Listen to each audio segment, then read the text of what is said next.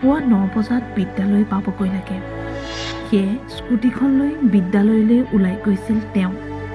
কিন্তু বিদ্যালয় পোৱাৰ পূৰ্বেই ভয়ংকৰ ঘটনা। ছাত্ৰ ছাত্ৰীসকলক পাঠদান কৰাবলৈ উভতি নহাৰ বাটেৰে গুচি গ'ল শিক্ষয়িত্ৰী। পথৰ অৱস্থা বেয়া, সেয়ে সাৱধানে স্কুটিখন চলাই বিদ্যালয়লৈ গৈছিল নামৰূপৰ ডেইজী বকলিয়াল শইকীয়া।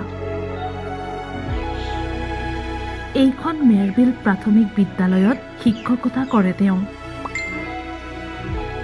আন দিনাৰ দৰেই বুধবাৰে পুৱাও বিদ্যালয়লৈ বুলি ওলাই গৈছিল শিক্ষয়িত্ৰীগৰাকী।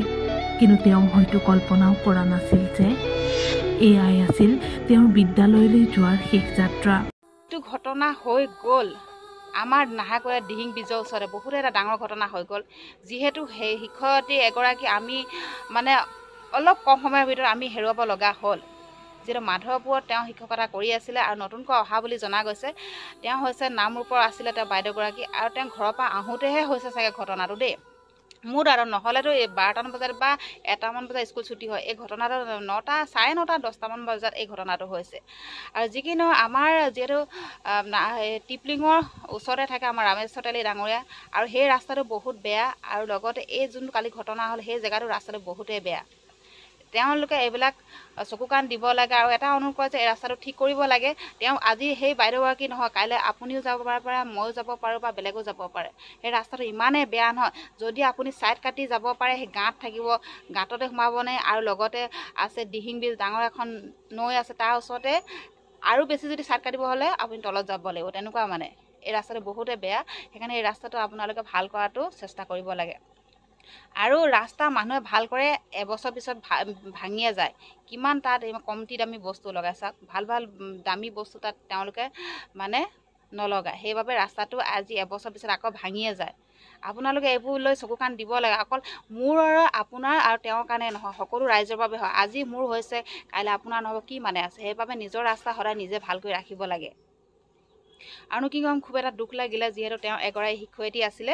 তেওঁ যিহেতু ঘৰৰ পৰা যিমান ল'ৰা ছোৱালী মুখখন চাই খুৱাই মেলি আহিছিলে, আৰু তেওঁনো কেনেকৈ জানিব যে মোৰ এটা ডাঙৰ ঘটনা হ'ব আৰু এই ঘটনাত যে মই ঘূৰি আহিব নোৱাৰিম। সঁচাই বহুত বেয়া লাগিলে, বহুতেই বেয়া লাগিলে। তেওঁ এগৰাকী মহিলা হয়। আৰু কিছুমান ডাম্পাৰৰ মানে যিবিলাক ড্ৰাইভাৰকো কওঁ, আপোনালোকে লেডিজ বা যাকে দেখে যিবিলাক বাইক স্কুটি লৈ যায়, আপোনালোকে একদম মানে সৰু গাড়ী বুলি অকণমান কেয়াৰ নকৰে, লৈ যায় ডাইৰেক্ট। ইয়াত বুলি নহয়, এইটো ঘটনা বুলি নহয়, বহুতত আগতে শুনি যোৰহাটত তেনেকুৱা ঘটনা হৈছে, গোলাঘাটত ঘটনা হৈছে ডাম্পাৰৰ কাৰণে।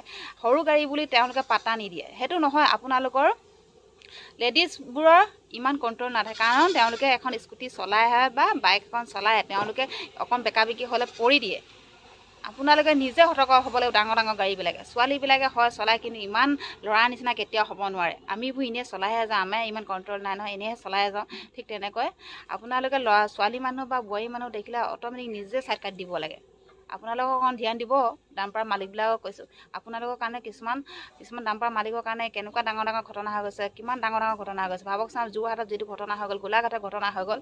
সেইবাবে আপোনালোকে অকণমান ধ্যান দিয়া উচিত যে অকল ৰাস্তা ঘাটৰ কাৰণেই নহয়, কিছুমান ড্ৰাইভাৰৰ কাৰণেও এনেকুৱা ঘটনা হয়।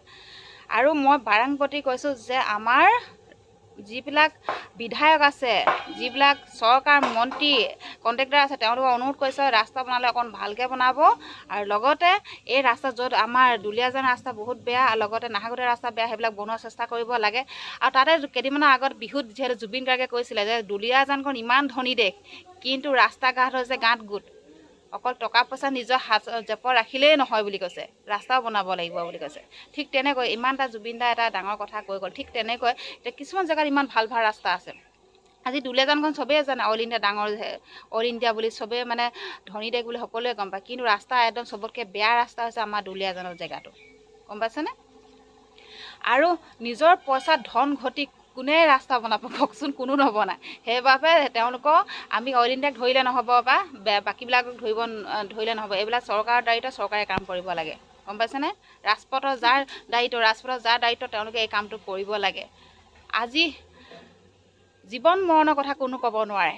সেইটো ৰাস্তা আমিও অহা যোৱা কৰোঁ, ভগৱানে নকৰক, কৃষ্ণ প্ৰভু, এইবোৰ নাম ল'বলৈ ভয়ো লাগে বাৰু। সঁচাকৈ মোৰ বিৰাট ভয় লাগে, মানে মোৰ এতিয়া আৰু ভয় হ'ল, ভয় হ'ল মানে। সেইকাৰণে আপোনালোকৰ ৰাস্তা ঘাটটো একদম পটাপট ঠিক কৰক, আৰু নহ'লে একদম বিৰাট ভয় লাগিছে এইবোৰ মানে ৰাস্তা ঘাট যিটোহে ৰাস্তা ঘাটাং ঘুটুং একদম পাহাৰীয়া ৰাস্তা নিচিনা হৈ গৈছে আমাৰ দুলীয়াজানখন। গতিকে আৰু বেছি ক'লে বেছি দীঘলীয়া হৈ যাব। আৰু আপোনাৰ একদম কাতৰ অনুৰোধ কৰিছোঁ, আমাৰ যিহেতু নিচেই ওচৰতে আছে টিপলিঙৰ যিহেতু ৰামেশ্বৰ তেলী ডাঙৰীয়া, আপুনি ৰাস্তা ঘাটবোৰ অকণমান ধ্যান দিব। অকলে মন্ত্ৰী হোৱাৰ লগে লগে নিজেই যে ৰাজমহলত থাকিম, ৰাজসিংহাসনত বহি পেলাই এনেকৈ টকা ঘটি থাকিম, সেইটো নহয়।